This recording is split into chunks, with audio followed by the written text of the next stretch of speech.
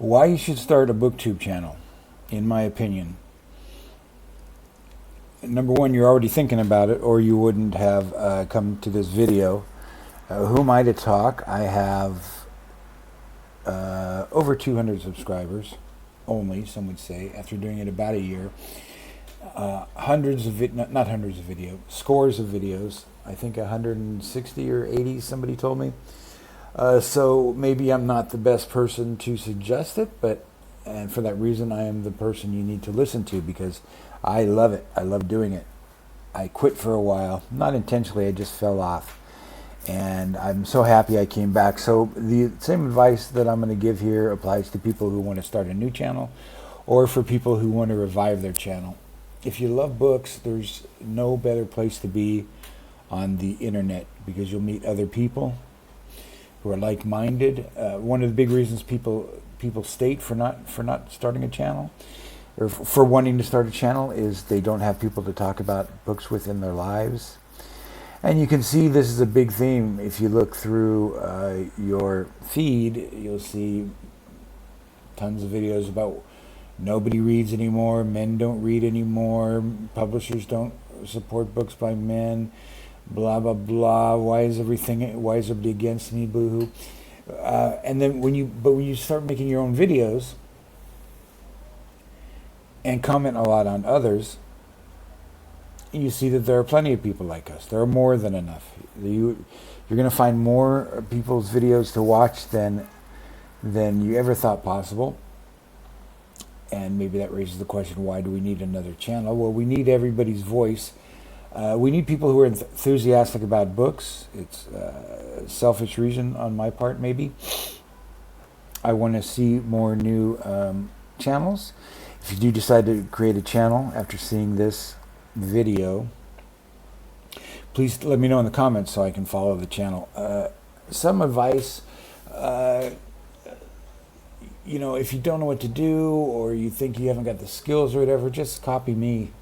I don't have any skills. I don't have any ability to do this at all. I have a love for the sound of my own voice. I guess that helps. I don't have a good background. This is an Airbnb in Albania, on the continent of Europe. I'm retired, so that gives me time to do it. It's a great thing for retirees to do, to give you kind of a focus for the day. It is a great way also for anybody of any age to get used to being on camera, get used to talking, get used to giving their own opinions, and understand that no one is going to stop you from saying what you want to say. In fact, if you say something that pisses people off, and I'm not recommending this, you're going to grow fast. That's just the way the internet works. But as a part of the internet, as a part of social media, as a part of YouTube greater, I would say Booktube is one of the friendliest places you can find. You know that if you look through people's comments and whatnot. And whatnot is a word I never used in real life, but I end up saying it on camera a lot, because you got to keep going, whether you have anything to say or not when you're talking. You don't want a lot of dead air. So try to keep talking. Try and have some idea what you're talking about, or what you want to talk about. Don't have any idea about what you are talking about. That's irrelevant. A lot of people think they don't have the qualifications. You have the qualifications to be yourself. Nobody can do that better than you. If you have camera skills and that kind of thing, you can incorporate it into your channel. If you're an editor or some kind of writer or something, that you can incorporate it into your channel. But if you're just a plain old Joe or Jane, you can do it. How to put this another way? If you want to do it, that gives you the right to do it. Let me put it that way. When I started out, I watched a bunch of videos about other people giving the same advice about starting a channel, and some of those are better than this. I'll link to one. I started my channel after watching a video from the channel Book Time with Elvis, Mark's channel, and and I'm going to link to that if I can find it. It's pretty old now. I still think it's one of the better ones. He's got a very popular channel. Just know a few things that you're probably not going to get rich. You don't want to start a Booktube channel to try and get rich. Some of the best YouTubers out there. One of the people I watch all the time, who I really like, and I thought I would consider a big YouTuber. I just noticed the other day they have 2,000 subscribers, not 20,000, not 200,000. Because you're going to find the people that like the kind of books you like, and believe me, they are out there, no matter what kind of books it is. And it can really enrich your reading life, and you can enrich your channel by speaking honestly, and also by participating in events and trying to get to know people, like Booktube, book tags, things like that people do. One you should search for and look for if you haven't seen it yet is Booktube newbie tag. Do search for that on YouTube and watch a bunch of them. I wouldn't make that my first video if I were you. I'd do videos for a few weeks beforehand, before you did the newbie tag, so you can kind of get used to it and have more stuff to talk about. Try and be as consistent as you want to be, which means do it. If you're on the fence about doing it or not doing it, do it. Just keep doing it. If you're on the fence about continuing or not, just keep continuing. Always, there's a car alarm going off. Always err on the side of doing more of it. That's my opinion. I make a lot of videos. I make videos when I want to make them, and the more I do them, the more I want to make them. Participate in tag events, participate in other comment sections, and follow Reading This Life. That's MJ at Reading This Life. The reason I suggest follow her particularly is she does a lot of videos about like shouting out new channels. And that is great, because what you want to do when you start is you want to look for other people starting at the same time. And those will become your friends, because you'll see people starting their channels. You can introduce yourself and say, hi, I'm starting a channel too, or I saw your channel, as mentioned on MJ, I'm looking forward to see what you have to say. Comment on those newer people's channels, and you're going to get along with some of them. And then they're going to be your friends as your channels grow together. A lot of the bigger channels don't have the time to respond to every comment, even though many of them would like to. And there's some pretty big channels that make a real big effort to try and engage with their audience. And I would encourage you to do the same starting out. Get to know the people who are nice enough to spend their time in your comment section, if any. Don't tell people you're doing it if you don't want to, for two reasons.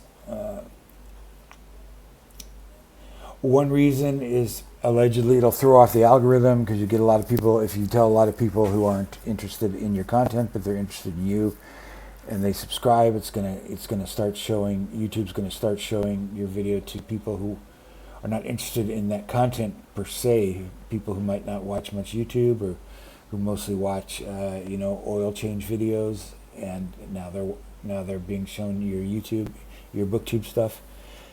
Another reason, though, not to tell anybody if you don't want to, is it can be disappointing that no one's going to really care that much outside.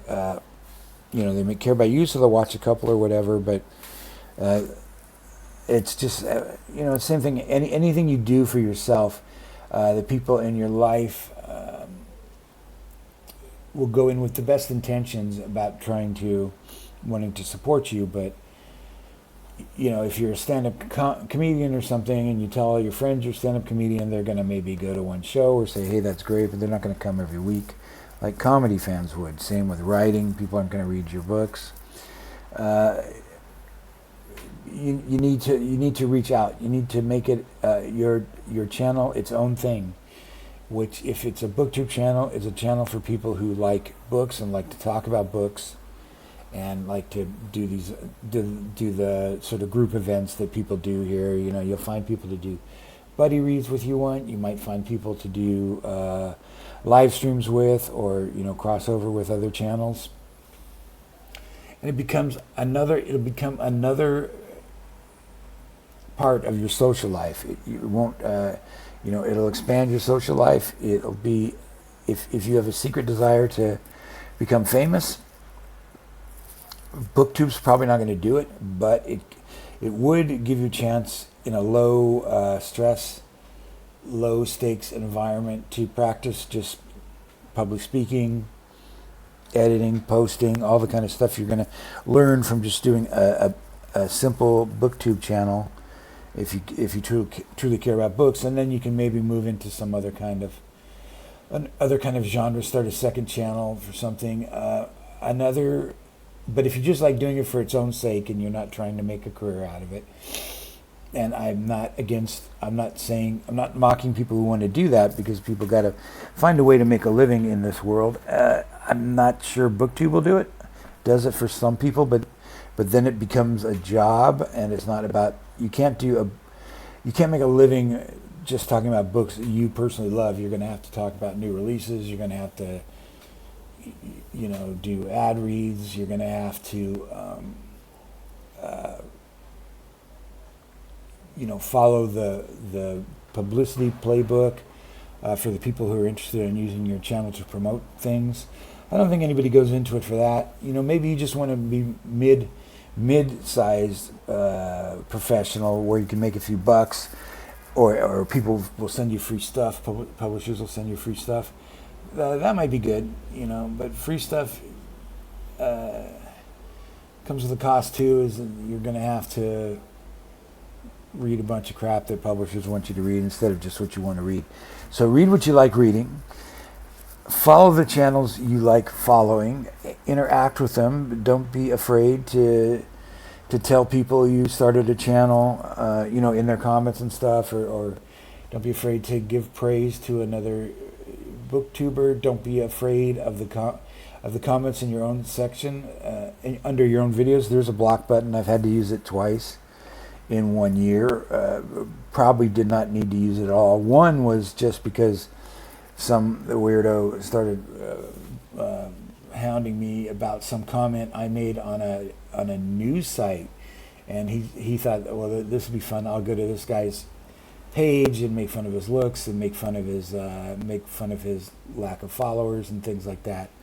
Just some rando. So I did block him, and then somebody else wrote like kind of an argumentative comment once on a video of mine where I think they misunderstood what I said, and I blocked that person too because I'm just not here for that. And it's an unfortunate truth of the internet that women get more harassed online than men, much more. So I can't really speak to that. So, but I will say in general, Booktube is like the place on the internet where you're going to get the least hate, the least number of jerks are going to come to your channel, especially if you have a small channel, which is another argument for keeping your channel small. There are many arguments for keeping your channel small. You don't have to, you don't get overwhelmed with stuff, with requests for to promote people's stuff and harassing comments and that stuff. It's almost non-existent when you're in a tiny channel. And another thing to realize is that there is no boss of Booktube. I've seen occasionally people write or do complaints about other booktubers and just move on. Don't get involved in that. I would say for the most part, you cannot get banned from Booktube for your dumb opinions. Most people are not going to care. Most people who've been on Booktube a while understand that people have disagreements about books. It's a strange thing that's kind of lost in the greater culture. Whereas if you don't like a movie, you're of some type, another group will just demand everyone unfollow you or something. Just stuff that goes on. It really doesn't happen much in Booktube. It's a kind, welcoming place because it's full of book nerds, people who love books, who are mostly peaceful and easygoing people. I'm not going to say I'm not going to say introverts, because one thing I learned from Booktube and starting a channel is there are many, many book lovers who are not introverts, but they still have the qualities that we admire in introverts, which is that they are able to be introspective and I don't want to get off on a whole introvert extrovert thing, but I was just surprised there are many extroverts on YouTube, and they're just as nice as the introverts. Just don't hold people's ability to socialize against them, I guess. Anyway, that's what I have to say. Follow MJ so you can hear when she talks about new booktubers. Follow them. That is a great way to get where you want in life. In any field, is to make friends with the talented people at your level. You know, if you go to Hollywood or wherever, you want to, if you were, let's say, an actor, your friends would become your peers. You would hang around with the people who are at your level, who you're in sync with, more than the celebrities at the top. So do that. I really recommend that. Make friends with people who have a dozen subscribers just like you, and they'll be happy to hear from you, and you'll be happy to hear from them. Don't ignore the big channels either, though. If you have something constructive to say to add to a conversation, most people really enjoy that. Some of the comment sections on certain people's videos are really good. So that's it. That's what I think after achieving 220 subscribers after 180 videos, which is low, which is a low ratio, I think. I don't know. Some people. Another thing you don't want to do is compare yourself to others, because there's so many variables.